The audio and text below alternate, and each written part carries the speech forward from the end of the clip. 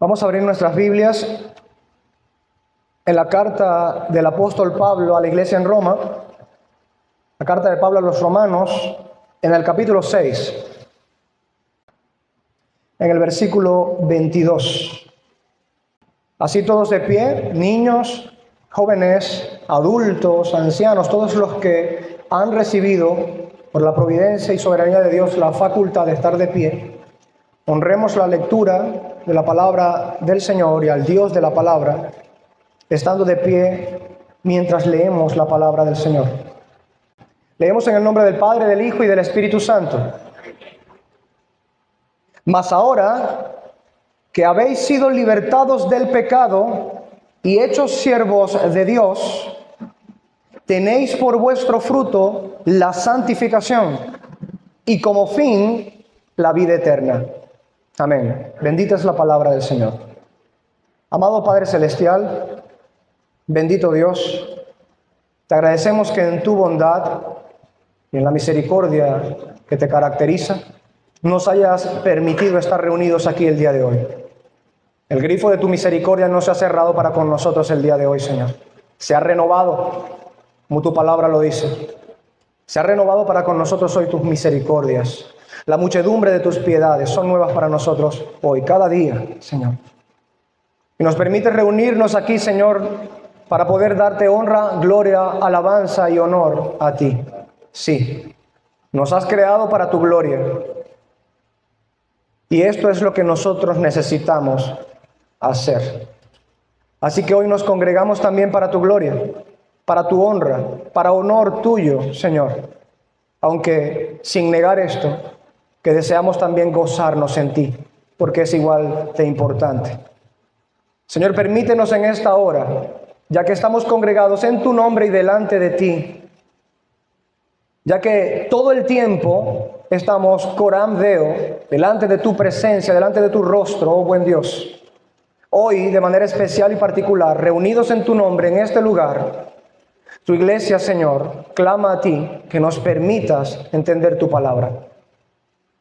Va a ser expuesta tu palabra, Señor. Concede un corazón entendido a tu pueblo. Concede un oído dócil a tu palabra, para que de esta manera, Señor, podamos tener el fruto de recibir tu palabra con mansedumbre y humildad en nuestro corazón. Aparta de nosotros la incredulidad, aparta de nosotros, Señor, la falta de entendimiento, la necedad, el desvarío, todo aquello que se opone a la sana doctrina, a tu santa palabra. Quítalo de en medio nuestro, Señor, y como buen escultor, despeja de este peñasco en bruto que somos, Señor, todo aquello que no concuerda con la visión de la iglesia que tú tienes. Haznos cada vez más la iglesia que tú deseas y que ciertamente por el poder de tu Espíritu llegaremos a ser. Y te pedimos en segundo lugar también, no menos importante, Señor, por este siervo que ha de predicar. Ten misericordia de él y úsale como vaso. Deposita en él tu poder para predicar y que él sea fiel a tu escritura, fiel al sentido de las palabras que el Espíritu Santo inspiró en este pasaje, para que pueda traer de ese pasaje el verdadero pensamiento que tu Santo Espíritu tenía cuando fue inspirado ese pasaje. Y que pueda ser aplicado, Señor, con la precisión con la que un buen cirujano opera a corazón abierto. Y yo te ruego, Señor, que me permitas predicar y que mi predicación sea ungida con el poder de tu Espíritu Santo y que me sustentes en medio de toda la predicación, porque hoy faltan mis fuerzas, Señor. Te damos a ti la honra y la gloria por todo. Bendice a tu iglesia hoy, Señor. Y que en la exposición de tu palabra, Señor, haya luz para alumbrar nuestros corazones. Lámpara es, Señor, a nuestros pies tu palabra y es lumbrera a nuestro camino. Gracias, Señor. En nombre de Cristo. Amén. ¿Pueden sentarse, mis hermanos? En el sermón pasado, la semana pasada, estuve predicando o enseñando bajo un sermón titulado De depravado a justificado, explicando con las Escrituras Cómo el poder de Dios arranca de la condición de depravación a un hombre y lo coloca delante de él mismo, delante de Dios mismo, declarado justo, que es el significado o la expresión homónima de justificado, ser declarado justo. Vimos cómo es posible que esto se lleve a cabo. ¿Cómo es posible que un depravado llegue a ser considerado por Dios justificado, sin violentar la justicia de Dios, por supuesto, y que la misericordia y la gracia de Dios puedan ser derramadas sin ningún inconveniente en una persona que es pecadora? Pero el día de hoy voy a estar predicando bajo un sermón titulado De justificado a santificado, haciendo énfasis en esta ocasión no en cómo el depravado pecador pasa a ser justificado, a ser declarado justo, a ser considerado como justo, sino como este que antes era depravado y ahora es declarado justo, pasa también a ser santo en el Señor, en toda su manera de vivir. Así que a manera de introducción, antes de la exposición del pasaje como tal, permítame ofrecer 3 puntos de reflexión de manera introductoria a la exposición del pasaje. Primero, en nuestro tiempo existen personas que, profesando fe cristiana, viven una vida completamente contraria a los principios claramente cristianos. Tales personas podrían estar endurecidas, como dice Pablo a los Hebreos en el capítulo 3, versículo 13, por el engaño del pecado.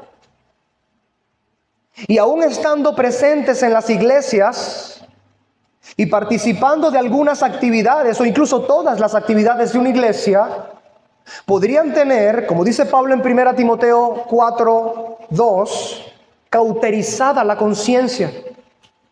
Esto es, que no solo la palabra de Dios no les surte efecto, sino que ya ni la conciencia misma les reprende por el pecado.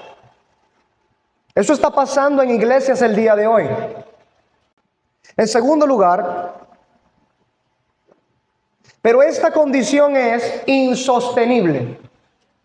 Tales personas, las que actúan así como hemos dicho en el primer punto de esta introducción, podrán pretender ser hijos de Dios por algún tiempo, luchando siempre no por la verdadera santidad del corazón, sino por mantener algún grado de apariencia delante de la asamblea del Señor. Pero tarde o temprano se terminará mostrando la realidad de aquellos que solo profesan haber sido libertados, pero que en realidad no han sido hechos siervos de Dios. Dado que no hay santificación en ellos, se les recuerda, advierte y reprende diciendo en las Escrituras: no os engañéis, Dios no puede ser burlado. Pues todo lo que el hombre sembrare, eso también segará. Porque el que siembra para su carne, de la carne segará corrupción. Mas el que siembra para el Espíritu, del Espíritu segará vida eterna. Esto dice Gálatas, capítulo 6, versículos 7 y 8. Así que tenemos, número 1, que hay una cantidad de personas que profesan fe, pero no han sido hechos siervos de Dios. Se están engañando a sí mismos, dice la Escritura. En segundo lugar, es una situación insostenible, que Dios tarde o temprano terminará haciendo visible. Y que esa mortandad no seguirá de plano con la apariencia de piedad que algunos pretenden bajo su conciencia cauterizada, sino que serán reprendidos visiblemente. Y en tercer lugar de esta introducción, las Escrituras muestran un panorama distinto sobre el verdadero creyente. Nos muestran que el verdadero creyente Ciertamente comparte junto con el impío el haber heredado de sus padres la naturaleza pecaminosa. Como dice el apóstol Pedro en su primera carta, capítulo 1, versículo 18, hemos heredado de nuestros padres la corrupción de esa naturaleza pecaminosa. Pero que Dios lo ha arrancado de esa depravada condición y lo ha declarado justo mediante una fe viva y sincera en Jesucristo, imputándole al creyente la perfecta obediencia y justicia de Cristo, habiendo castigado con la muerte a Jesucristo en lugar de él, del creyente. Como lo dice claramente 1 Corintios 5, 21. Aquel que no conoció pecado por nosotros lo hizo pecado a fin de que nosotros fuésemos hechos justicia de Dios en él. Pero esta obra, que es inicialmente espiritual, tiene repercusiones para con la vida material. Así como cuando el impío, por cuanto su corazón ama el pecado, no solo sus pensamientos, sino que también sus obras son pecaminosas, así también el que es justificado por Dios, no solo sus pensamientos, sino que también todo en su vida tenderá necesariamente a la santificación. Esto es lo que básicamente estaremos meditando hoy a partir de este texto, para observar de manera inequívoca que aquellos que han pasado de depravados a justificados pasarán necesariamente a ser también santificados por el Señor. La obra del Señor no se queda en que alguien puede decir de sí mismo: he sido declarado justo ante Dios por la fe en Jesucristo. Si ese evento ha sucedido verdaderamente en el espíritu de una persona, en el corazón y alma de una persona, esa persona va a pasar a ser un santificado del Señor. Y con esto concluimos la introducción a nuestro pasaje el día de hoy. Trataré en 3 puntos principales este texto, según la misma cadencia lógica y natural que trae el pasaje. En primer lugar, hablaré del traspaso en la condición del hombre.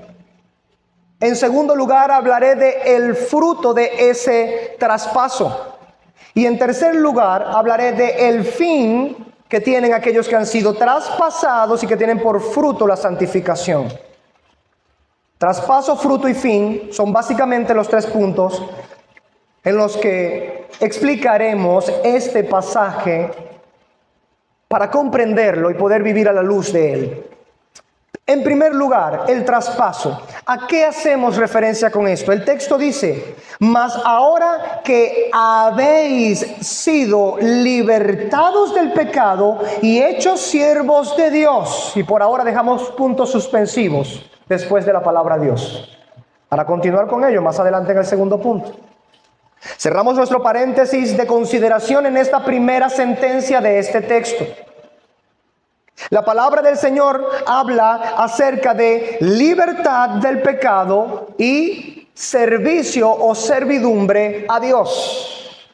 Así que notemos en esta sentencia lo que habla la palabra del Señor. Coloca en voz pasiva el haber sido libertados del pecado y hechos siervos de Dios. Lo que significa esto, al menos en el original, utilizar una voz pasiva, es que es una acción externa que se aplica en el individuo. No hemos sido nosotros los que nos hemos libertado del pecado y nos hemos hecho siervos de Dios. El pelagianismo podría predicar eso que acabo de decir, que por su propia voluntad el hombre se liberta del pecado y se hace siervo de Dios. El semipelagianismo, en lo que cae generalmente el arminianismo también, en muchas sombras y argumentaciones que colindan y algunas ya pasan de llano hacia el semipelagianismo, podrían sostener alguna forma de implicación que termine derivándose de un pensamiento en que la voluntad del hombre por sí misma puede liberarse del pecado y hacerse siervo del Señor. Aclaro que no estoy diciendo que los arminianos digan esto, pero las implicaciones de su argumentación tristemente, por lo general, conducen a una interpretación de esta categoría. ¿Cuál es el punto entonces del apóstol Pablo al hablar de esta manera? Que es una acción que ha sido realizada por Dios sobre nosotros. Es el poder de Dios que ha actuado en nosotros para entonces poder ser libertos del pecado y hacernos siervos de Dios. Es Dios quien nos ha libertado, es Dios quien nos ha hecho siervos de Dios. En segundo lugar, en esta primera sentencia, esta libertad de la cual se habla no es una libertad indeterminada, como allá en el arte abstracto, que no pretende representar cosas concretas con lo que se pinta, que se deja a la imaginación del que observa la pintura y quiera encontrarse a sí mismo y a su propio pensamiento en la pintura. Y a ello pues se le ocurre a la gente llamarle arte abstracto porque no representa algo en concreto, y el que visibiliza esto, el que observa la pintura, se busca a sí mismo o en su pensamiento su propia interpretación del conjunto de formas y colores en el arte abstracto para decir: me parece que hay esto en la pintura. La libertad de la cual Pablo habla no es arte abstracto, aunque así pareciera en la teología y música de algunas iglesias el día de hoy. Por ejemplo, hay iglesias que centran la teología de sus canciones o de las músicas que utilizan supuestamente para adorar al Señor en la libertad como un fin en sí mismo. Pero ni siquiera suelen realmente hablar de qué es lo que ha hecho Dios en esa libertad, de qué nos ha libertado Dios. A veces queda la sensación de que es tan ambigua la escogencia de las frases que componen la melodía que gobiernan algunas iglesias el día de hoy, los cánticos, que deberían ser de adoración para la gloria de Dios y el poderío de Dios. Es tan ambigua la teología que compone estas canciones que se habla de libertad, libertad, libertad. Hemos sido libertados, hemos sido libertos, tenemos libertad, pero no se nos dice de qué hemos sido libertados y para qué. Pero las Escrituras, lejos de tener una teología ambigua, confusa o ambivalente que puede prestarse para otros términos, es completamente objetiva al decir que nosotros hemos sido libertados ¿de qué? Del pecado. Ahora habéis sido libertados del pecado. La Biblia claramente enfatiza de manera objetiva que esta libertad es con respecto al dominio del pecado. Quizá muchas personas no hacen énfasis en este punto, aún profesando fe cristiana, porque de alguna manera, si cantan que han sido libertados del pecado, de alguna manera se imprime una razón para que la conciencia considere que debería estar esa persona que canta esto alejado del pecado. Y algunas iglesias no quieren ni siquiera mencionar la palabra pecado. Pero la Escritura es muy clara: nosotros hemos sido libertados del pecado. Lo que significa es que tenemos libertad con respecto al dominio del pecado. Algunos van aún más allá en la perversión de su doctrina y de su propia mente, porque básicamente consideran la libertad de Dios como la libertad de Dios mismo. Es decir, que la libertad que Dios le ha dado a la iglesia es la libertad de ser libres de Dios. Y esto no solamente es contrario a lo que la palabra de Dios dice, sino que es completamente herético. Es blasfemia. Es como si Dios nos hubiese hecho libres. Es básicamente el pensamiento que está presente en la implicación de quienes piensan de esta manera. Como si Dios nos hubiese hecho libres para morar por el mundo como usted le guste morar, por decir la manera más decorosa. Esto no es cierto. El mismo contexto del pasaje en el que el apóstol Pablo está hablando al decir de manera explícita que hemos sido libertados del pecado, nos dice también en el versículo 12 de este capítulo, en la primera sección de ese versículo dice: no reine pues el pecado en vuestro cuerpo mortal. que dice, no reine el pecado. No debe reinar el pecado en el creyente. En el versículo 17 nos dice, antes erais esclavos del pecado. Note la correspondencia, no reina el pecado en vuestro cuerpo mortal. Ustedes eran esclavos del pecado.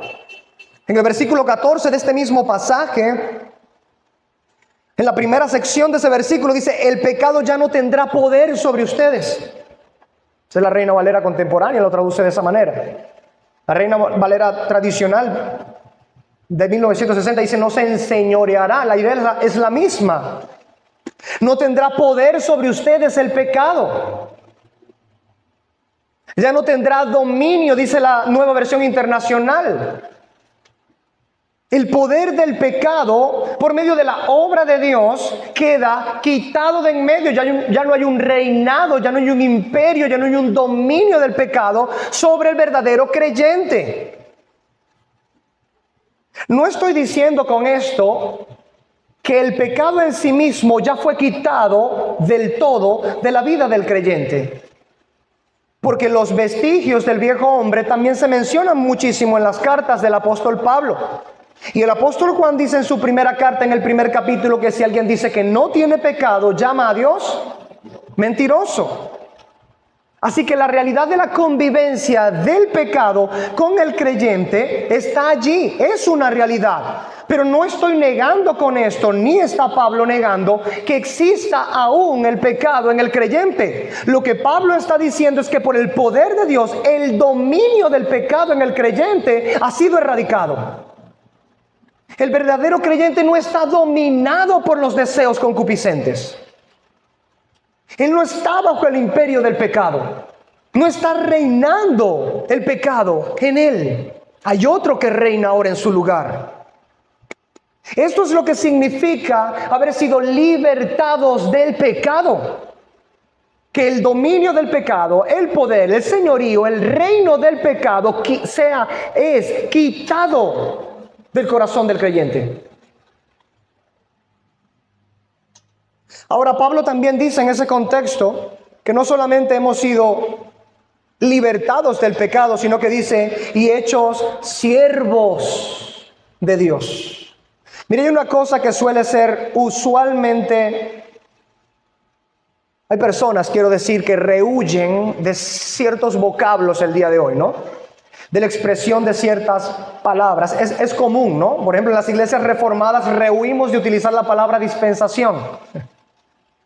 A veces tenemos que dar todo un contexto cuando utilizamos la palabra dispensación para que no se asocie nuestra teología con la moderna teología dispensacionalista. La palabra dispensación tiene su propio significado y es legítimo utilizarla. Pero ciertamente a veces rehuimos de utilizar esa palabra por el temor de que otros puedan malinterpretar esa palabra.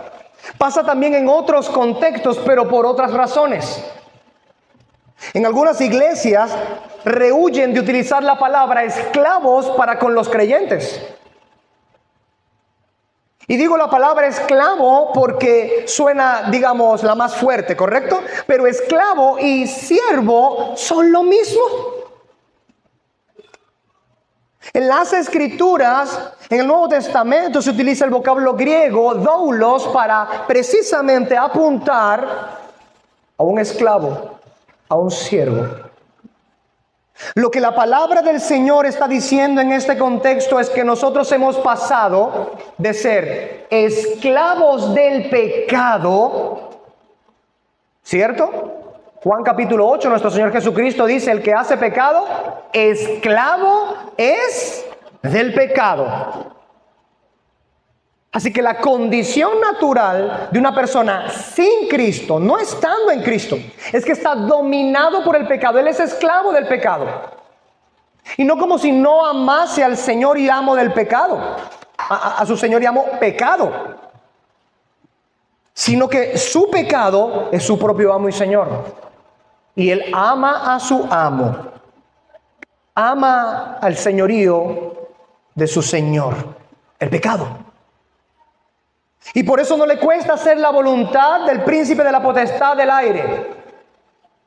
Por eso complace la voluntad y los pensamientos de la carne y las concupiscencias y se entrega a ello de lleno porque está muerto en delitos y pecados. Está bajo el dominio del pecado. Es esclavo del pecado. Pero Pablo dice aquí que cuando hemos sido libertados del dominio del pecado, no se nos deja por allí libres sin ningún amo. Que es lo que básicamente pretenden algunos. Y si no lo dicen abiertamente, al menos despejan, mutilan, quitan la realidad de que los creyentes son siervos de Dios. Es decir, dígase bien, esclavos de Dios. Pablo lo entendía así también y en más de una ocasión se determinó y se declaró a sí mismo, utilizando la palabra declararse como debería utilizarse y no como las iglesias modernas lo utilizan hoy. Se identificó a sí mismo como un esclavo de Dios. Un esclavo en cadenas por amor. Preso en cadenas, siervo en cadenas, esclavo en cadenas por amor a Dios. Y hecho por Dios mismo. Así como antes el esclavo del pecado amaba el pecado, ahora el esclavo de Dios ama a Dios. Hermanos, la libertad del pecado no es la libertad de pasar de tener un amo, es decir, el pecado, a ya no tener ningún amo. Esto es lo que básicamente pretenden algunas iglesias enseñar, de manera ambigua, de manera confusa. No dicen directo, bueno, aún no he visto, puede que exista. A veces uno encuentra de todo, ¿no? Aún yo no he visto que digan, nosotros no tenemos ningún amo, ningún señor. Pero incluso cuando utilizan la palabra Señor para con Jesucristo, no están implicando el significado real de la palabra Señor para Jesucristo. Si Él es Señor, ¿quiénes son los esclavos? ¿Sobre quiénes tiene señorío? Si Él es Señor, cuyo sinónimo es amo, ¿quiénes son aquellos que están como esclavos? ¿Por qué esto debería sorprender a la iglesia el día de hoy? ¿Por qué? Cuando es tan claro en las Escrituras. Pero quizá rehuyendo de la idea pecaminosa que el mundo tiene sobre la esclavitud, sobre ser siervos de otros, no quieren mostrar al Señor como un amo y como el Señor que realmente es. No quieren mostrar a Dios como teniendo siervos y esclavos porque piensan que de alguna manera hablar sobre estos términos hará que el mundo entienda que así como hay señores tiranos en el mundo, este señor es un señor tirano también. Este amo es un amo tirano también. Nada más alejado de la realidad. Y es verdad que la teología de alguno presenta a Dios como un tirano. Es verdad que la distorsión de la teología de algunos lleva a que miren a Dios como una especie de tirano. Pero Él no es esa clase de amo y Señor. Y este preciso pasaje nos lo muestra. Ser siervos de Dios no implica en este contexto que hemos pasado de la mano dura del pecado, por así decirlo, a la mano tediosa, infame, odiosa de Dios. A sufrir bajo la mano de un tirano distinto. De un tirano a otro tirano. No, eso no es lo que nos muestran las Escrituras. El apóstol Pablo utiliza esto como un contraste. Libertad del pecado, pero siervos de Dios. ¿Qué significa eso? Que antes éramos siervos del pecado y ahora gozamos de la verdadera libertad siendo siervos de Dios. Como dice el Salmo 119, caminaré en libertad por causa de los mandamientos del Señor. Por andar en los mandamientos del Señor. Es decir, andar en los mandamientos del Señor implica obedecer la voluntad del Señor. Es un Señor. Su voluntad está sobre nuestra vida para ser obedecida. Somos siervos de Dios. Antes obedecíamos a la carne, a los impulsos de la carne, a las concupiscencias. Que dice el texto, no que están siendo erradicadas y que ya no tenemos carne o concupiscencia en nosotros, sino que a pesar de que la carne y las concupiscencias aún están allí, ya no tienen dominio sobre el verdadero creyente. El creyente verdadero es un siervo de Dios. Quien tiene dominio sobre él es Dios. Por último, en esta sentencia, ambas cosas, libertad y servidumbre, es lo que quiero decir, libertad del pecado y ser hechos siervos de Dios, esta figura que utiliza el apóstol Pablo en ese contexto, ambas cosas suceden primeramente espiritualmente. El corazón del verdadero creyente, esto es su voluntad propiamente, ha pasado de ser dominado por el pecado a ser ahora dominado por Dios. Sus pensamientos están dominados por Dios. Sus afectos están dominados por Dios. Su voluntad está dominada por Dios. Hemos dicho que no significa que está sin pecado. Que aún a pesar de la presencia del pecado, porque no hemos sido aún glorificados, aún a pesar de la presencia del pecado, está allí el dominio de Dios en el alma del verdadero creyente. Esto debería verse como el resultado obvio de haber pasado de muerte a vida. ¿No lo dice Cristo nuestro Señor en Juan capítulo 5, versículo 24? Que creyendo en Él hemos pasado de muerte a vida. Estábamos muertos en delitos y pecados, y ahora vivos para con el Señor. El poder sobrenatural del Espíritu Santo nos ha regenerado. ¿Qué significa esto? Ha ocurrido un cambio espiritual. Es un cambio metafísico, adentro, en los afectos, en la voluntad misma, en la ciudadela del alma del individuo. Su voluntad propiamente ha cambiado. Antes era hostil a Dios, ahora le ama. Antes era arrogante a Dios, ahora es humilde a la voluntad de Dios. Antes era huidizo como criminal, ahora corre hacia Dios y se desespera cuando siente que no le tiene. Eso es haber pasado de muerte a vida, es haber pasado de las tinieblas a la luz de Cristo, como dice el apóstol Pedro, 1 de Pedro 2:9. De las tinieblas a la luz gloriosa, para que anunciemos las virtudes de Él. Y de la potestad del diablo, el Señor lo reprenda, a Dios. Como dice Hechos 26:18. Todo esto en conjunto, hermanos, debe traernos a consideración un objeto muy claro en este pasaje. Ha ocurrido un tremendo y poderosísimo cambio en el corazón de un verdadero creyente. Él antes estaba dominado por el pecado, ahora está dominado por otro amo y Señor. Ha sido hecho siervo de Dios por Jesucristo. Ahora, esto debe tener, y de hecho las tiene, implicaciones en la vida práctica, diaria, integral del creyente. Porque ignorando estas cuestiones, es que aún el día de hoy permanecen personas como las que mencionaba en los puntos 1 y 2 de la introducción de este sermón. Personas que pueden confesar o profesar tener fe. Ellos profesan fe en Cristo, pero no poseen fe en Cristo. Porque es más fácil abrir la boca y profesar algo que realmente estar caminando con respecto a ese algo que profesamos. Es muy distinto, por supuesto, profesar fe que poseer fe. Creo que algo similar decía el doctor R.C. Sproul respecto a ese tema. Una cosa es profesar fe y otra es poseer fe. Y la diferencia entre uno y otro es crucial, hermanos. Porque algunos están engañándose de esa manera.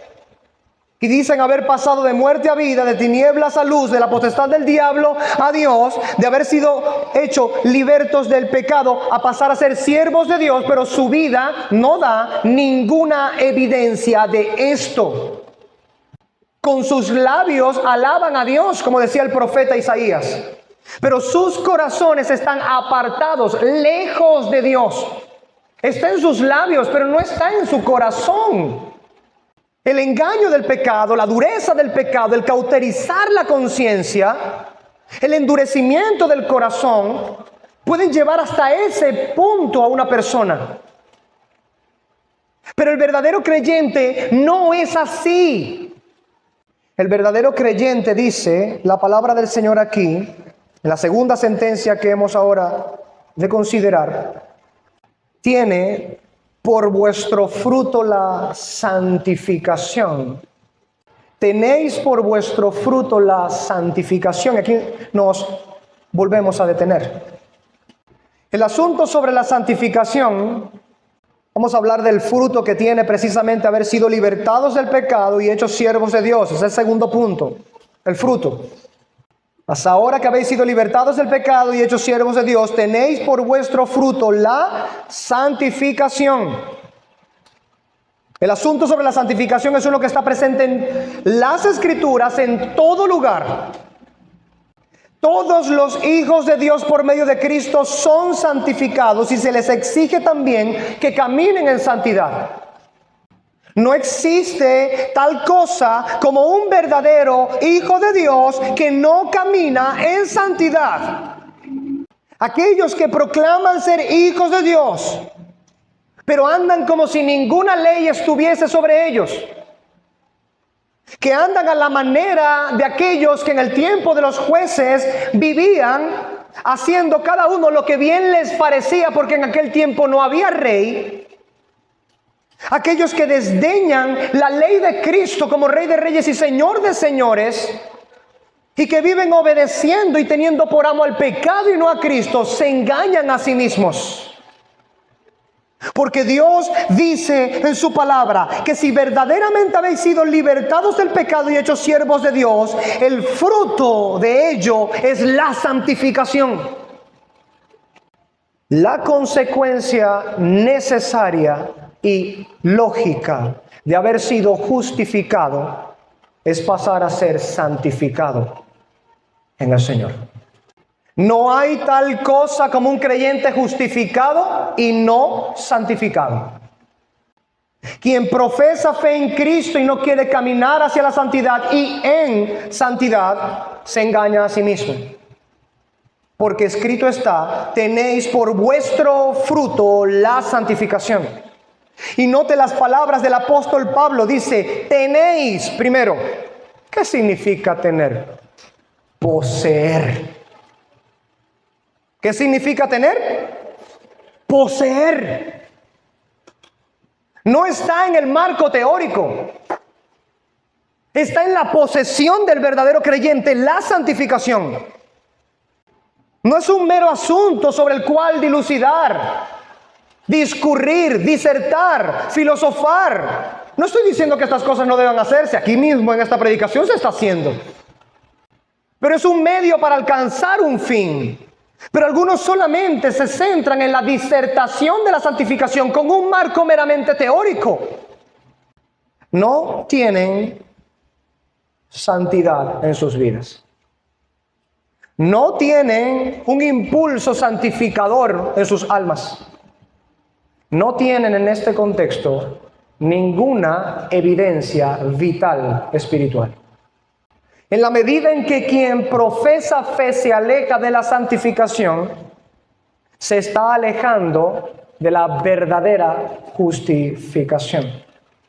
Uno pudiera tomar la analogía o figura de un árbol con esto. La semilla de la palabra es sembrada y si verdaderamente es palabra del Señor y si verdaderamente es un buen terreno, esto dará, por supuesto, un tallo que crecerá y se volverá un tronco, lo cual es la justificación, para verlo de alguna manera análoga a ello. Y esto tendrá ramas que a su vez colgarán de esas ramas en su debido momento, porque esto es lo natural, es lo normal, tendrá fruto. Y esa es la santificación. La verdadera santificación depende espiritualmente de la verdadera justificación. Así como no puede proceder una verdadera santificación de una falsa justificación, no puede haber una verdadera justificación sin que proceda de esa justificación una verdadera santificación. Sé que estoy hablando a veces un poco muy filosófico y muy rápido. Usted tiene la oportunidad, ya que Dios permite que se guarden estas predicaciones en internet, de volver a escucharlas. Igual se está siendo explicado en este momento. Lo que estoy diciendo es, no se engañe usted mismo. Si usted está haciendo todo el esfuerzo posible por mantener el parapeto de un teatro, de fingir que está en Cristo justificado cuando sus afectos no han sido santificados, no te engañes a ti mismo. Estás sembrando en la carne y de la carne cosecharás corrupción. No puede cosecharse incorruptibilidad de la carne, sino corrupción. La inmortalidad no proviene de obedecer los deseos concupiscentes de la carne. Quien está dominado por la carne, quien no tiene por fruto la santificación, no ha sido verdaderamente justificado y por lo tanto jamás heredará verdadera salvación. No importa si está en medio nuestro, en todos los salmos junto con nosotros. No importa que se haya aprendido de memoria las 3 formas de unidad reformadas. Está muerto en delitos y pecados. Si los afectos de ese corazón no le conducen a la santidad, si su corazón no arde por la santidad, él está muerto en delitos y pecados. Es un cadáver, está hediondo por la maldad del pecado. Está en condición espiritual cadavérico. Y tú puedes tomar todo el ropaje que tú quieras, hermoso, y tomar de las mejores marcas, las mejores vestiduras, y vestir a un cadáver descompuesto con estas vestiduras, pero no deja de ser un muerto que hiede con sus delitos y pecados. Cuando Dios toma a un pecador y le justifica, dicho de otra manera análoga o figurativa, Dios le toma con sus harapos, menesteroso como es delante de Dios,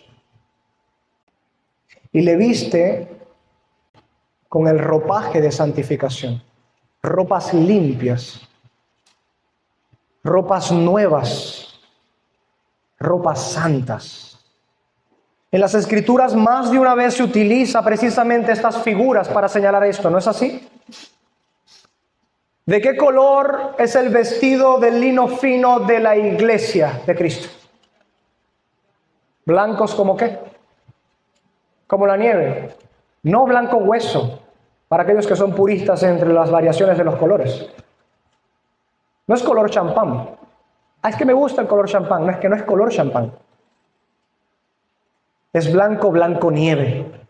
Blanco reluciente. Recuerdo una versión de las Escrituras, creo que era la versión textual 3, que en Marcos capítulo 9, cuando aquellos 3 discípulos fueron a acompañar a Cristo y se aparece delante de Cristo Moisés y Elías, y están hablando del gran éxodo que había de realizar Jesucristo, como el gran caudillo del pueblo de Dios, a quien apuntan todas las sombras y símbolos y tipos del Antiguo Testamento, y en quien se cumplen las profecías. En esa visión y en esa manifestación allí, más que visión, no era una visión, era una manifestación.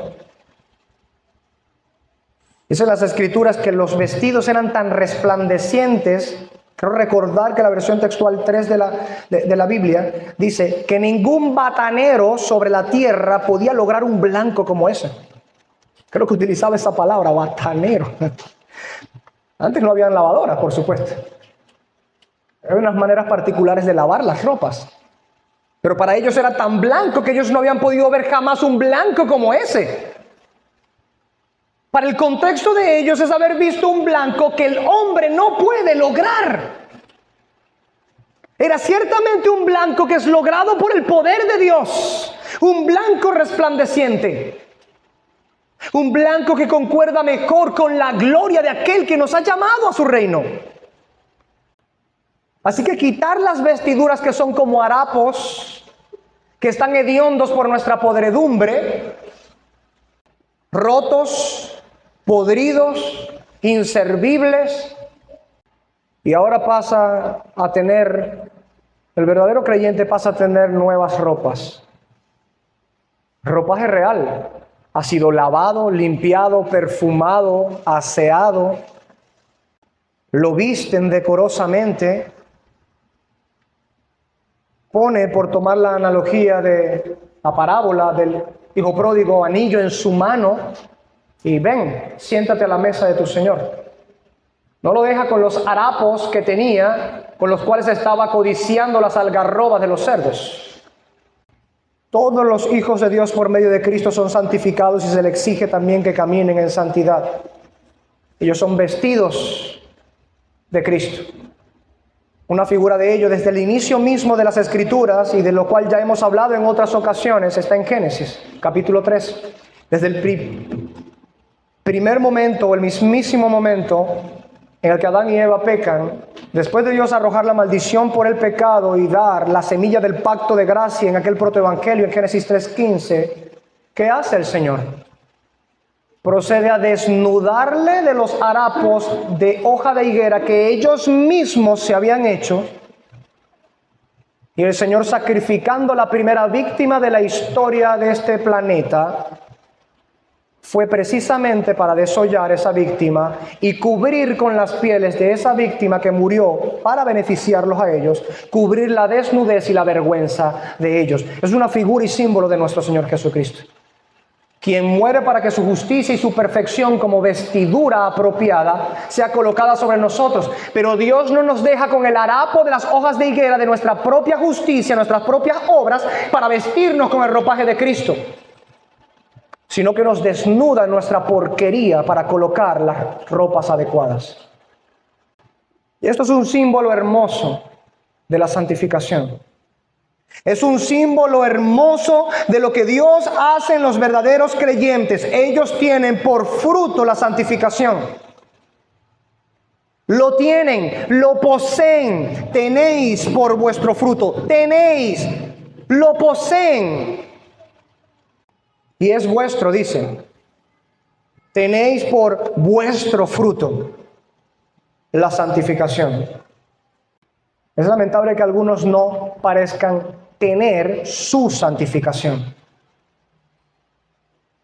Que no haya alguna señal aparente de vida. Que parecieran estar, para utilizar el significado del vocablo necros en griego, cadáver, muerto, que parecieran no responder a impulsos vivificadores, que parecieran estar muertos, no hay afectos para con el Señor y la santidad del Señor. No desean ser santos, el corazón no les arde por la santidad de Dios. No sufren por su pecado, no lloran, no gimen por la condición aún no glorificada. No se ven a sí mismos cuando están solos delante del Señor, diciendo: miserable de mí, ¿quién me librará de este cuerpo de muerte? Pueden asentir intelectualmente, pueden levantar sus manos en una iglesia, pueden decir amén a una predicación, pero no hay afectos, no hay una corriente vivificadora en ellos. El soplo del Espíritu Santo no ha venido sobre ellos para que tendón sobre tendón, músculo sobre músculo, hueso sobre hueso se ponga y camine ese muerto que estaba antes en el valle de huesos secos.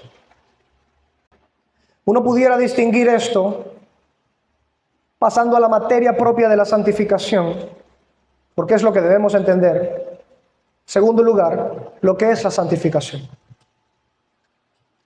Porque ¿de qué vale hablar, decir que tenemos o poseemos como nuestro fruto la santificación, cuando quizá haya un creyente, no lo dudo, pero quizá haya un creyente que no entienda qué es la santificación?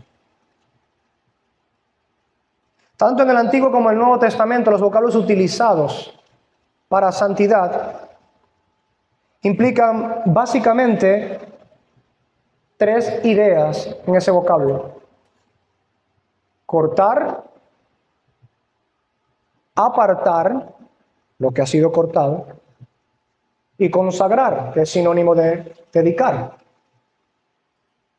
Esta santificación obviamente no es cortar a nuestra medida, apartarnos para con nuestra propia voluntad y dedicarnos a hacer lo que nosotros queramos hacer. No, esa es la condición natural en que está el hombre en pecado. En ese contexto uno pudiera decir: el hombre natural está consagrado al pecado, está santificado para el pecado. Solo que la santificación lleva inmersa la idea del aborrecimiento del pecado, y este es el asunto. Hay un horror por el pecado, hay un terror por el pecado en el verdadero creyente. Escúchame, hermano. El verdadero creyente se horroriza del pecado. Tiene terror de pecar contra el Señor. No es que siente tranquilidad de pecar cuando está solo y siente miedo cuando está alrededor y no quiere pecar porque el otro no quiere que el otro le vea. Eso es hipocresía.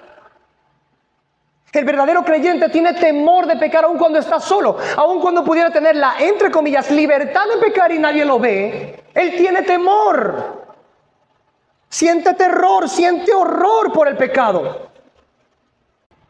Lo que se recoge de todas las escrituras en un corazón que verdaderamente ha sido transformado por el Señor es que la santidad produce un odio profundo contra el pecado.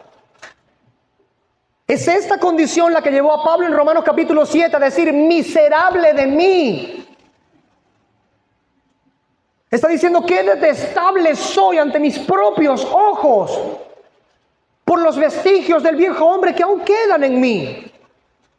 Él no está renegando del poder de Dios y la obra de Dios que está siendo desarrollada en su corazón. Claro que no, porque termina diciendo: gracias doy a Dios por Cristo, por el Evangelio, por la salvación del Señor, por lo que está operando en nosotros. Pero mientras está aquí en la tierra, que la glorificación no ha sido llevada a cabo aún, que los vestigios del viejo hombre aún están aquí, que todavía hay una reminiscencia del pecado, Él muestra que no hay dominio del pecado en su corazón. Al contrario, Él tiene un odio profundo por el pecado en su corazón. Y no estamos hablando de aquí de aquello tan sencillo que es odiar el pecado en otros. Es odiar el pecado en mí. Odiar el pecado de mi propio corazón. Mis propios pensamientos pecaminosos, mis palabras o contestaciones pecaminosas, mis actos pecaminosos, mi frivolidad, mi negligencia, mi falta de cariño y afecto y ternura y amor hacia Dios. Porque eso también es pecado, porque eso no proviene de fe, y todo lo que no proviene de fe es pecado. Juan Calvino decía en su comentario a Romanos capítulo 6, en este apartado: si no somos demasiado necios, escuche bien, si no somos demasiado necios, estas cosas deben producir en nosotros odio y horror al pecado, y amor y deseo de justicia. Ese es el contraste del que está hablando el apóstol Pablo. El fruto de santificación que posee el cristiano es uno que concuerda de haber sido libertado del pecado y haber pasado a ser siervo de Dios. No es un siervo teórico, no es un siervo nominal, no es un siervo de nombre. Yo soy cristiano, me identifico como cristiano, mientras un corazón que no es cristiano. Es ser, no decir. Odio y horror al pecado y amor y deseo de justicia. Qué buena explicación. En tercer lugar, en esta sentencia, la clasificación de la santificación. Suele hablarse de dos formas de santificación en el creyente. Se dan necesariamente, porque la Escritura dice: tenéis por vuestro fruto la santificación. Esta santificación es doble, o se da en dos aspectos, de dos maneras. No se prescinde de una para ir por la otra, son las dos. La primera es la santificación posicional. El verdadero creyente, aquel que ha sido justificado por la fe cristiana genuina, verdadera, aquel que ha sido trasladado de las tinieblas a la luz admirable, aquel que ha pasado de muerte a vida, de la potestad del diablo a Dios, etcétera, etcétera, etcétera, es colocado delante de Dios como un santo de manera integral. ¡Wow! La santificación posicional es el acto divino mediante el cual Somos vistos delante de Dios como perfectamente santos, como si ninguna mancha del pecado hubiese en nosotros. Es la razón por la que en todas las cartas del apóstol Pablo, cuando él les llama a los creyentes santos, pues les dice por esa razón, santos. Estoy completamente seguro que tanto Pablo como nosotros coincidiremos en que todos aquellos a los que Pablo les estaba escribiendo tenían pecado. ¿Cómo puede un pecador ser llamado santo, verdad? Es precisamente por lo que denominamos santificación posicional. Porque somos vistos a través de la obra perfecta, suficiente y consumada de Jesucristo como santos. Somos vistos mediante su vida, muerte y resurrección como santos. De alguna manera, sin tratar de ingeniar una figura en nuestra mente del Dios hombre, del Dios encarnado, es como si a través del hoyo de la mano de Jesucristo estuviésemos siendo vistos nosotros los pecadores. La visión del Padre pasa a través de ese hoyo y va de alguna manera cubierta con la sangre del sacrificio vicario de Cristo, para que cuando se pose sobre nosotros ya no hay pecado que considerar. Él ha muerto en lugar de nosotros para cancelar el pecado en su carne y para imputarnos a nosotros la justicia de Él, su obediencia. Por eso somos vistos delante de Dios como santos perfectamente. ¡Wow! Eso es santificación posicional. Se nos declara santos delante del Señor. En términos prácticos y sencillos, estar en Cristo significa estar en una posición singular y especial, la posición de perfecta santidad. Todo ha sido hecho nuevo, ¿no dice la Escritura? Eso es precisamente un texto que ilustra esta realidad, 2 Corintios 5, 17. De modo que, si alguno está en Cristo, nueva criatura es. Las cosas viejas pasaron, he aquí todas son hechas nuevas. Así que tenemos una posición ahora en Cristo. Como Cristo es precisamente el postrero Adán, el celestial, el perfecto, el justo, el santo, somos vistos por medio de Él como perfectamente santos. Nuevas criaturas. Ya no eres ese que solías ser delante de la presencia de Dios. Por causa de Cristo, ya no eres ese que solías ser. Eres visto de esa manera. Nuevo. Nuevo, no remendado. Nuevo. Esa perfecta santidad nos cubre. Somos transformados. Pero esto abre, por supuesto, ese mismo texto abre nuestro entendimiento para el otro tipo de santificación que también está presente en el creyente, que también tiene por su fruto la santificación progresiva. Si la santificación posicional es ser declarado santo en la posición de estar en Cristo, ser visto como un perfecto santo por estar en Cristo, la santificación progresiva, como sugiere su propio nombre, es ir progresando en la santidad. Y hay muchos pasajes que nos hablan de esto en las Escrituras. Se nos habla en las Escrituras que el deseo de Dios para con nosotros es que menguemos nosotros para que Cristo crezca en nosotros. Que crezcamos en todo a la semejanza del varón perfecto, a la estatura del varón perfecto. Que seamos renovados para llegar a esa estatura. ¿Qué implica eso? Un progreso conforme a la santidad. Si la primera es una santificación posicional, algo que no hemos realizado nosotros, sino que se ve que está en nosotros por lo que hizo alguien más, Cristo en este caso, Esta santificación es algo que va acompañada del poder sobrenatural de Dios y lo que hace el creyente.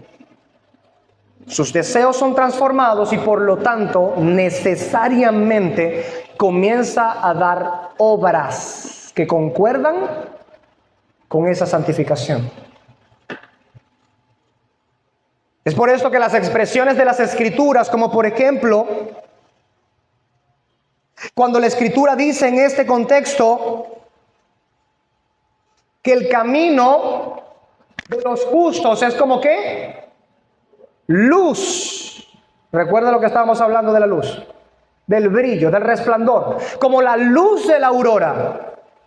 Es que la aurora no empieza, por supuesto, así. ¡Puf! Ahí está el sol. Bueno, algunos duermen tanto que cuando abren los ojos ya el sol está en plena pepa, como decimos. Pero no es así, por si no se ha dado cuenta porque duermen mucho, no es así como transcurre la aurora. La aurora comienza con un haz de luz allá en el horizonte, en el levante del sol. Un pequeño haz de luz, donde todavía todo es oscuro. Y ese pequeño haz de luz comienza a hacerse cada vez más grande. Hasta que la luz del sol comienza a ser mucho más notoria y ya empieza a esclarecer el asunto, aunque no veamos los rayos del sol completamente, el asunto ya está más esclarecido. Y luego, por supuesto, comienza a verse la figura del sol y la luz pues comienza a verse mucho más notoria. Y sale y ya a las 8 o 9 de la mañana, pues el sol es sumamente claro que hay luz. Hasta que llega a la posición más alta, al cenit. Y en esa posición usted no puede ni siquiera hacer así, mirar directamente al sol, sin recibir un daño directo en los ojos por los rayos ultravioletas del sol. El punto es que es tanto el fulgor, el brillo, el resplandor del sol, aquel haz de luz en el amanecer, no era otro que este mismo sol brillando, solo que iba en su camino hacia el cenit. Así es el camino de los justos. Como la luz de la aurora. Lo que hay allí no es un cambio de sustancia, es un cambio de grado. Lo que sucede en la justificación en ese contexto es ser declarado justo. Ser declarado justo. Y usted pasa entonces a caminar en el camino de la santificación. Ya después de la regeneración, que ocurre antes de la justificación, que es precisamente un cambio sustancial, ahora usted comienza a tener un cambio gradual en su naturaleza. Comienza como los bebés, como cuando nace, el que nace de Dios. No nace siendo sabio, aprendiéndose los libros de la Biblia, recitando la Escritura, ¿no? Usted no ve un bebé que se lo pega en la teta y de repente se despega y dice, fue Dios el que abrió tu vientre, mujer, para hacerme hijo tuyo. Si eso ocurre, oye. Algunos dicen que parece que vamos hacia allá, ¿no? Estos niños salen cada vez más pilas. Pero no puede borrarse el hecho de que cuando un niño nace sencilla y llanamente es un bebé. No ha dejado de ser un ser humano, pero sus facultades no están tan desarrolladas como podrían llegar a ser, por supuesto, si él continúa en la vida en la que de hecho debe continuar. Y eso es lo que sucede cuando alguien nace de Dios. Su sustancia ha cambiado. Su sustancia ha cambiado. Pero en la santificación no hay un cambio de sustancia. En la santificación progresiva lo que hay es un cambio precisamente de grado, de nivel. A veces no me gusta utilizar la palabra nivel porque ustedes ya saben cómo algunas iglesias utilizan las palabras niveles el día de hoy. Pero ciertamente es una santificación gradual, nivelar. Hay allí un crecimiento paulatino. Algunos de alguna manera entendiendo estas cosas vienen y dicen, bueno, estoy allí en el camino. Tienen 20 años con la misma prueba y el mismo pecado. Ahí en la lucha, tú sabes, como la luz de la aurora. En camino a hacer el día perfecto. 15 años en fornicación. 10 años siendo mentiroso. 4 años siendo irresponsable, no diligente, apático. En fin. Pero ellos son cristianos. En la mayoría de los casos porque repitieron una oración delante del púlpito de alguien que manipuló pero muy apasionadamente, muy astutamente las emociones para lograr una decisión y una profesión de labios que no fue acompañada de un acto sobrenatural regenerador del Espíritu Santo. Eso no es lo que muestran las Escrituras. Lo que muestran las Escrituras es precisamente un camino de transformación cada vez de gloria en gloria. Eso dice la Escritura. De gloria en gloria. Es mejor citar la Escritura que decir de nivel en nivel, ¿verdad? Suena como medio raro. Pero uno no puede negar que si vamos de gloria en gloria, vamos de niveles en niveles, de grados en grados. Porque se supone que yo no debo ser igual al mismo de hace 10 años atrás. Y no se pretende que usted lo sea tampoco. El creyente va renovándose en Cristo. No solo es considerado santo ante Dios el Padre. Él va siendo hecho santo por el poder de Dios.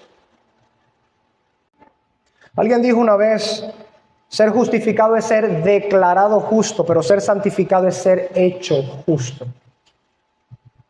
Diferencia entre ser declarado y ser hecho, recuérdenlo, lo vimos la semana pasada.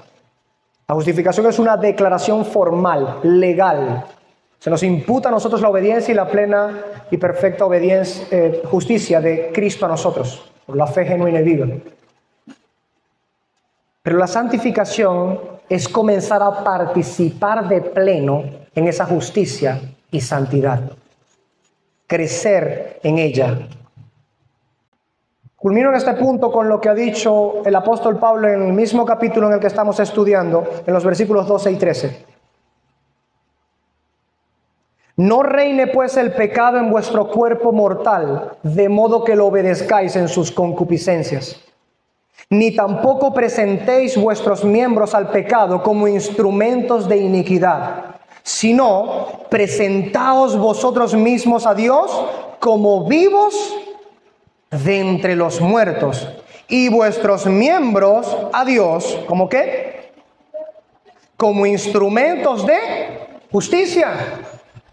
El contraste no puede ser más claro. Todo este pasaje está lleno de contrastes en ese aspecto. Muerte, vida, tiniebla, luz. Libertos del pecado, siervos de Dios.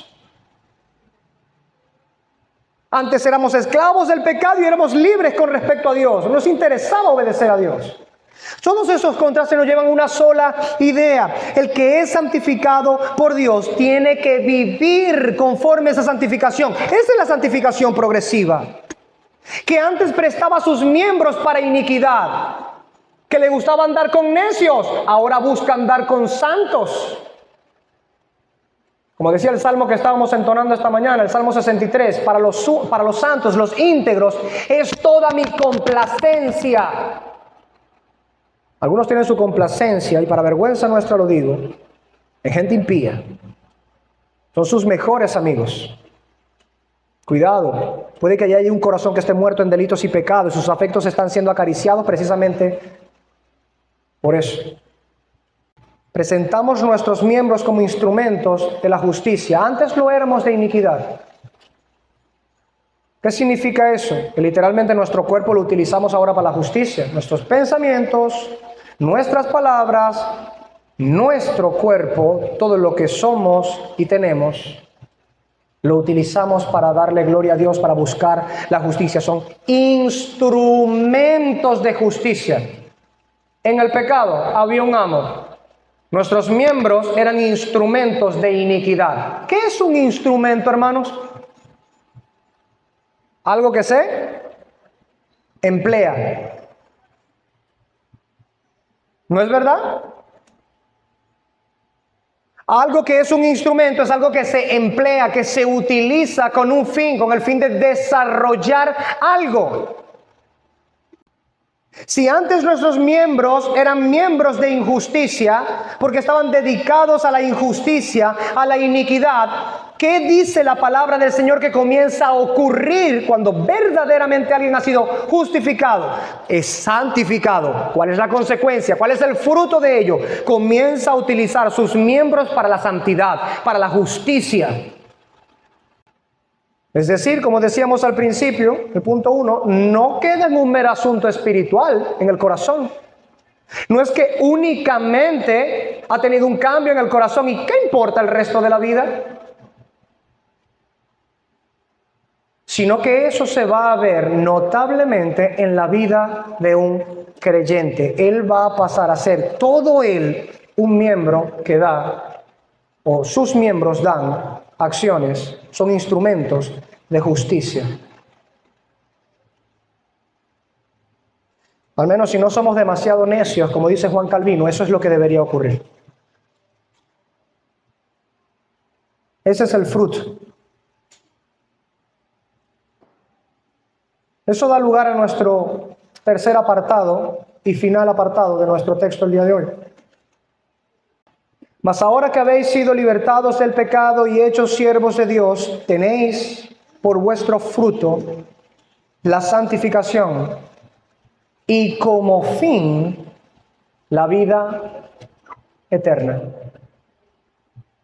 Hay algo que debe estar en nuestro corazón, hermanos, todo el tiempo, de alguna manera, recordándonos que ha de ocurrir tanto con los pecadores como con los regenerados de Dios. Aquellos que han sido electos y regenerados por el poder de Dios.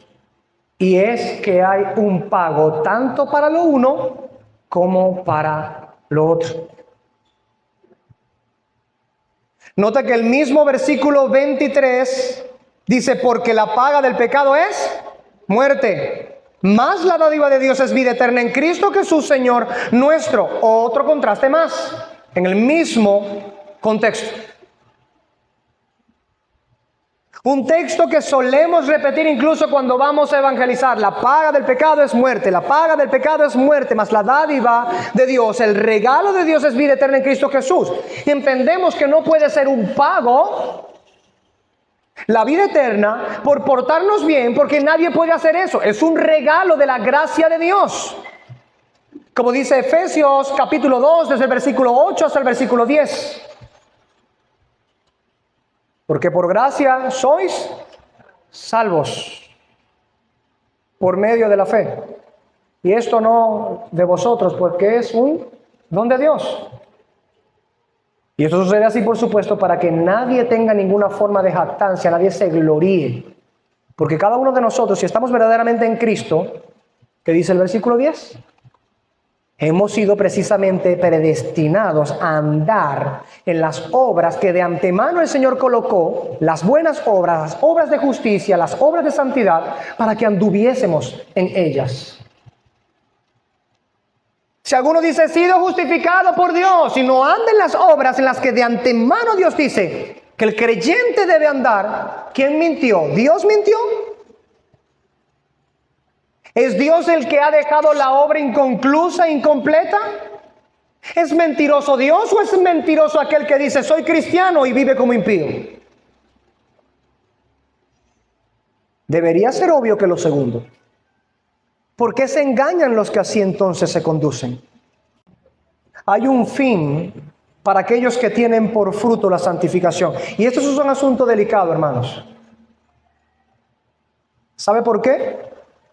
Porque es aquí donde radica precisamente la seguridad que un creyente pudiera llegar a tener. Primero, en Cristo, y derivando de Cristo precisamente viene la seguridad de estar en Cristo, de que hay afectos nuevos que conducen a un nuevo camino. El creyente puede darse cuenta que es distinto su afecto, su vida, su voluntad, sus deseos, sus pensamientos, todo es distinto. Él ve hacia atrás y ve a alguien muerto en delitos y pecados y dice, ciertamente no soy el que debería ser. No he llegado allá, pero yo veo hacia atrás y yo digo, ¿qué va? Creo que era John Newton el que decía, parafraseándole, me viene a la mente una expresión de aquel viejo, ¿cómo se le dice? Himnólogo, hacedor de himnos. Decía, no soy lo que debería ser, pero yo llegaré a ser lo que Dios quiere que yo sea. Por la gracia de Dios, pues no soy lo que yo solía ser. Por la misma gracia de Dios, pues me conduzco a ser lo que Dios quiere que yo sea. Es una paráfrasis, va por allí. La idea es la misma. El asunto es que cuando uno ve para atrás, el creyente ve hacia atrás, ¿y qué dice? Es obvio que cuando yo veo hacia allá atrás, yo veo un haz de luz en una plena oscuridad por aquellos tiempos.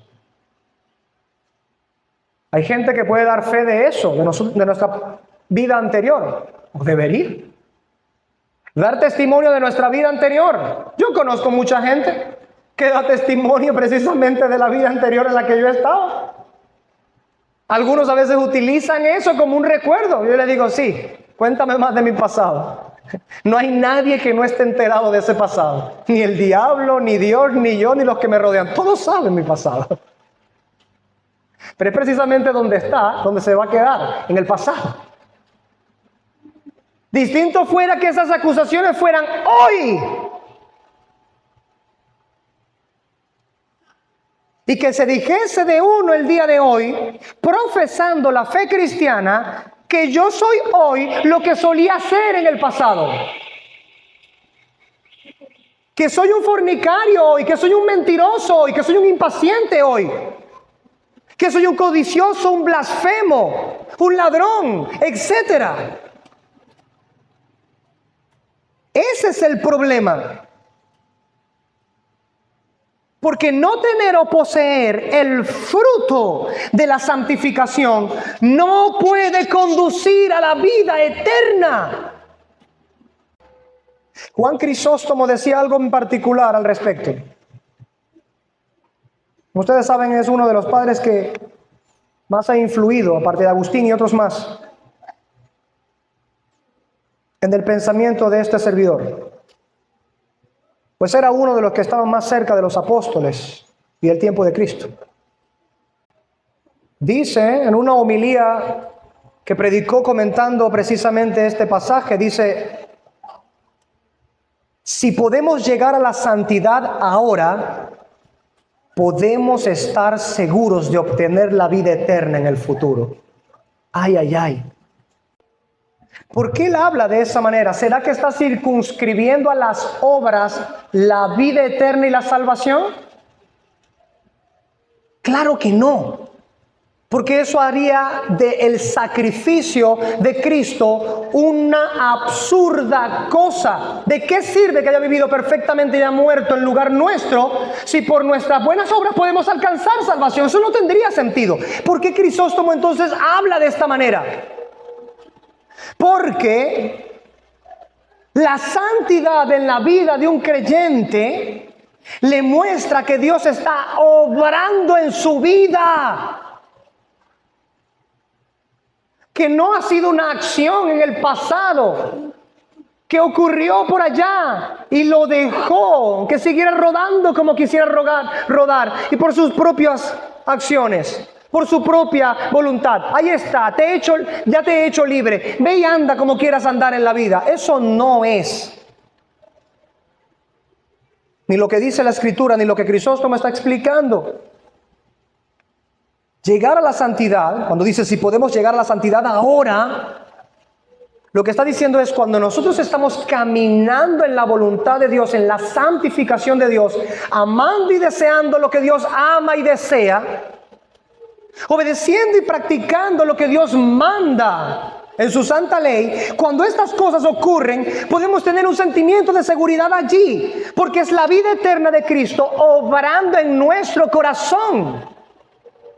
Esto nos lleva a la consideración de un asunto, así como en la santificación, doble con respecto a la vida eterna.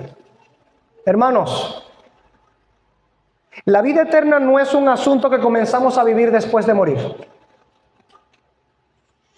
Por supuesto, hay un sentido en el que nosotros empezamos a vivir la vida eterna después de morir. No me malinterprete. Lo que estoy diciendo es que no está mutilado ese concepto a decir, yo empiezo a vivir la vida eterna después de morir. Después de que traspase el umbral de la muerte, entonces comienzo la vida eterna. No. Las palabras de nuestro Señor Jesucristo son claras al respecto. Dice, el que cree en mí tiene vida eterna.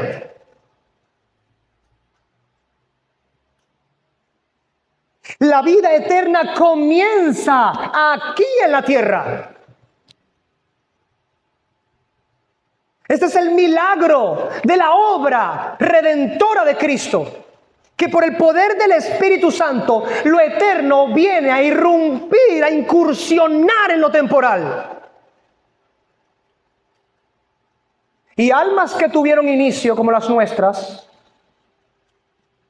pasan por el poder de Dios a ser almas inmortales, llenas del vigor de Dios, de la vida de Dios, del poder vivificador del Espíritu Santo. La vida eterna viene a pasar al alma de uno que estaba muerto en delitos y pecados. Él os dio vida a vosotros cuando estabais muertos en vuestros delitos y pecados. Os dio vida. Y vida en abundancia, dice Cristo. Vida abundante. Qué gloriosa noticia. La vida eterna no comienza después de atravesar el umbral de la muerte, comienza ahora. Es a eso a lo que bueno, sí, de alguna manera es un apóstol, ¿no? Juan Crisóstomo. Me escucharon los de la Iglesia Apostólica y Profética el día de hoy. ¡Ajá! No, nosotros no utilizamos la palabra apóstol como ellos la utilizan. Si podemos llegar a la santidad ahora, podemos estar seguros de obtener la vida eterna en el futuro. Porque significa, si estamos caminando en la santidad, que la vida eterna de Dios está teniendo lugar en nosotros. Pero no hay razón para pensar que la vida eterna tiene lugar en nosotros si el poder vivificador de esa vida eterna no está actuando en nosotros, ¿entiende? ¿Logro explicarme? Si el poder vivificador de esa vida eterna no está actuando en nosotros, ¿qué derecho tenemos de pensar que tenemos vida eterna? ¿Qué clase de vida eterna sería esa? ¿Una vida eterna que admite la impiedad como forma de vida? John Charles Wright, obispo anglicano, decía: si no deseas la santidad, yo no veo que tengas ningún derecho de ser llamado hijo de Dios. Son palabras fuertes, pero no falaces. El hecho de que nosotros predicamos una salvación por la gracia de Dios, una justificación por medio de la fe que no incluyen las obras, no niega de ninguna manera que ninguno de los que han de ser certero y verdaderamente salvos en esta vida y en continuidad en la venidera, deban ser santos desde aquí hasta la eternidad. Como hemos dicho, la santificación progresiva es una santificación gradual, es una santificación de grados. Cuando la glorificación de la asunción total de la vida eterna llega a nosotros al atravesar el umbral de la muerte, no tendremos un cambio sustancial en nuestros afectos, no, sino que el grado llegará al máximo. No hay cambio sustancial, eso ya debe haber ocurrido aquí con el poder vivificador del Espíritu Santo, recibiendo la vida eterna aquí en la tierra. Cuando la glorificación ocurra, lo que ocurrirá es que los vestigios del viejo hombre que apenas queden para ese momento serán del todo eliminados. Llegaremos a amar suficiente y perfectamente a Cristo. ¿Usted se imagina eso? Y es por esto que esto es una muestra de vida eterna en sí mismo. Porque el creyente verdadero le aturde tener pecado, le inquieta, le angustia. No es que le angustia lo que los demás puedan decir, no es que si me ve la iglesia pecando me angustia. No, eso es apariencia de piedad, eso es hipocresía. Eso es temor de los hombres y no temor de Dios. Sino que cuando está a solas delante de Dios, su corazón gime como gemía el de Pablo en aquel pasaje que hemos leído. Su corazón llora. Los gemidos indecibles del Espíritu Santo le acompañan en su oración, que muchas veces llega a ser también indecibles. Allá cuando el corazón llora y gime delante de Dios sin palabras, como no verbalizando absolutamente nada, y Dios comprende el lenguaje de un corazón que se humilla, gime, clama por la angustia que el pecado causa, la reminiscencia de ello en nuestro corazón aún. El verdadero creyente no está tranquilo con el pecado. No descansa tranquilo con el pecado. Y eso es lo que nosotros podemos llamar santidad el día de hoy. Una completa transformación de tal suerte que el alma desea, anhela ardientemente la santidad de Dios. Y aquel mandamiento, sed pues santos porque yo soy santo, que se nos da en Levítico, que lo renueva el apóstol Pedro en su carta, llega a ser un norte para el creyente. Él dice, voy hacia allá, no estoy aún, pero voy hacia allá, quiero ir hacia allá. Y mientras voy caminando, a veces me ensucio los pies en este camino sucio. Pero sé que mi Señor me va limpiando y yo quiero ser limpio. De alguna manera allí, en la santificación, no en la regeneración, hay una obra sinergista. Hay dos acciones que se mueven conjuntamente al mismo objetivo, al mismo punto, al mismo norte y horizonte, a la misma meta. La santificación del creyente está el poder de Dios y está el poder de ahora del cristiano, vivificado en Cristo para hacer la voluntad de Dios. Por eso dicen las Escrituras que Dios nos santifica y también manda las Escrituras a que el creyente se santifique. Dos acciones que no van una por un lado y otra para el otro lado, van en el mismo sentido y en la misma dirección. Se dirigen a lo mismo. ¿Cuál es el fin de esto? La vida eterna. De alguna manera tiene una garantía de la vida eterna, porque tiene las arras del Espíritu. Eso es lo que significa arras, el que es verdadero creyente. Porque si el Espíritu Santo está morando en un creyente, obviamente tiene vida eterna, ¿cierto? ¿Cómo vive esa vida eterna aquí en la tierra ese creyente? ¿Dándole rienda suelta al pecado? No lo creo. ¿Insensible al pecado? No lo creo. ¿Indiferente? ¿Frívolo en su tratamiento de su vida? No lo creo. Dicen las Escrituras, si hemos muerto al pecado, en este mismo pasaje, en este mismo capítulo, los que hemos muerto al pecado, ¿cómo pues viviremos aún en él? Así que concluye en este punto, el fin, el tercer punto de esta predicación, ese fin del que habla el apóstol Pablo, es un fin doble. La vida eterna que comienza a vivirse sobre esta tierra, cuya manifestación clara y evidente es la santidad.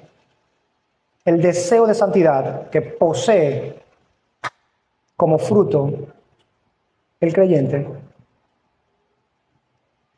Como también, por supuesto, al atravesar el umbral de la muerte hacia la eternidad,